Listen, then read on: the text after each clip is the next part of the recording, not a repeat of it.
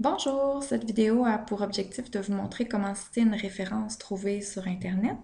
Donc, mon nom est Roxane Tourny, je suis enseignante en technique d'éducation spécialisée au Cégep du Vieux-Montréal. Donc, vous avez deux choix. Vous pouvez intégrer une citation de façon textuelle, donc on dit une citation qui est intégrée textuellement, ou vous pouvez paraphraser une référence. Donc, comment on fait ça? On va aller sur le web ici. En ce moment, je suis sur le site du regroupement pour la trisomie 21 dont je parle. Alors, si par exemple dans mon travail, je veux intégrer l'incidence de la natalité pour combien de personnes en fait naissent avec la trisomie 21.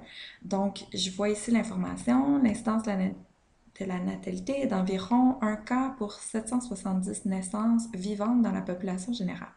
Alors, je vais le copier, CTRL-C pour ceux qui ont un PC.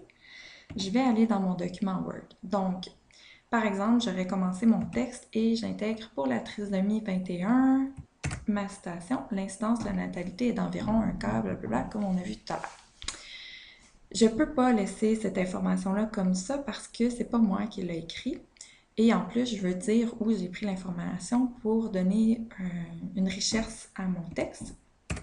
Donc, je vais intégrer des guillemets en disant que ça vient d'une source fiable. Donc, c'est pas moi qui ai inventé ça de mon cru. J'ai été faire une recherche pour le savoir.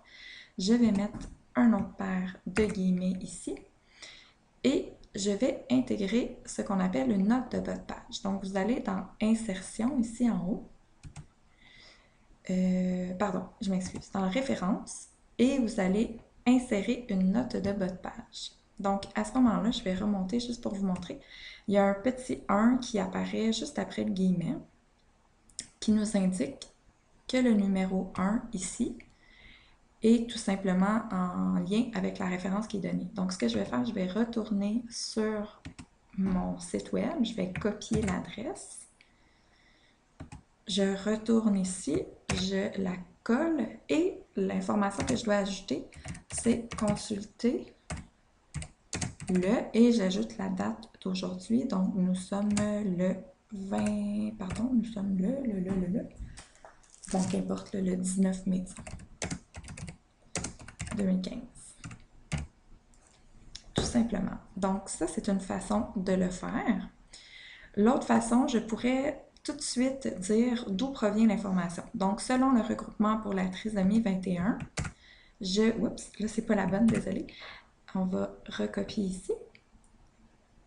Donc, je vais aller chercher encore une fois mes guillemets. L'incidence de la natalité, donc j'intègre mon information et je mets mon point. Donc, en fin de travail, ça va être important d'aller mettre la référence, donc le site, où je peux encore une fois, tout de suite ici, intégrer une note de bas de page et aller mettre la référence en bas. Donc ça, c'est pour la première option, citation intégrale. Ce que je peux faire aussi, c'est que je peux paraphraser, donc c'est-à-dire le mettre dans mes mots. Il faut faire attention de ne pas simplement changer quelques mots dans la phrase, mais de démontrer qu'on a bien compris ce que la citation veut dire.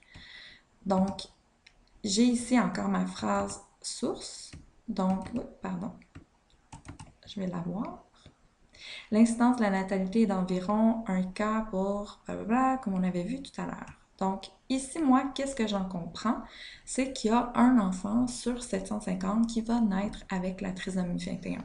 Donc, voyez-vous que je l'ai mis dans mes mots et que je n'ai pas repris exactement les mots qui sont écrits tels quels sur le site, mais que j'ai gardé l'information importante qui est de 1 cas sur 770.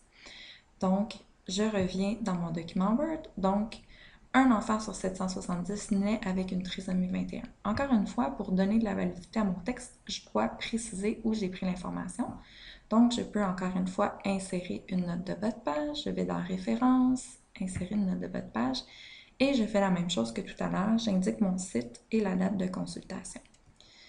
Donc, je pourrais aussi utiliser la méthode qu'on a prise tout à l'heure de dire de quel site dont l'information provient. Donc, selon le regroupement pour la trisomie 21, je vais écrire un enfant sur 770 naît avec une trisomie, naît avec cette problématique. Disons. Et encore une fois, je vais soit citer à la fin de mon travail l'adresse du regroupement pour la trisomie 21 ou tout de suite intégrer une note de bas de page ici. Et voyez-vous, les numéros s'ajoutent. Donc, si j'avais dans la même page différentes sources, j'irais à chaque fois écrire le site internet d'où ça provient ici. Si par exemple l'information venait du même site, mais que c'était différentes phrases au fil de mon texte, je pourrais tout simplement écrire idem lorsque l'information est présente sur la même page.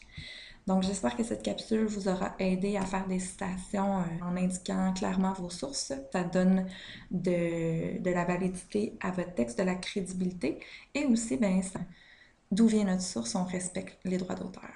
Merci, bonne journée!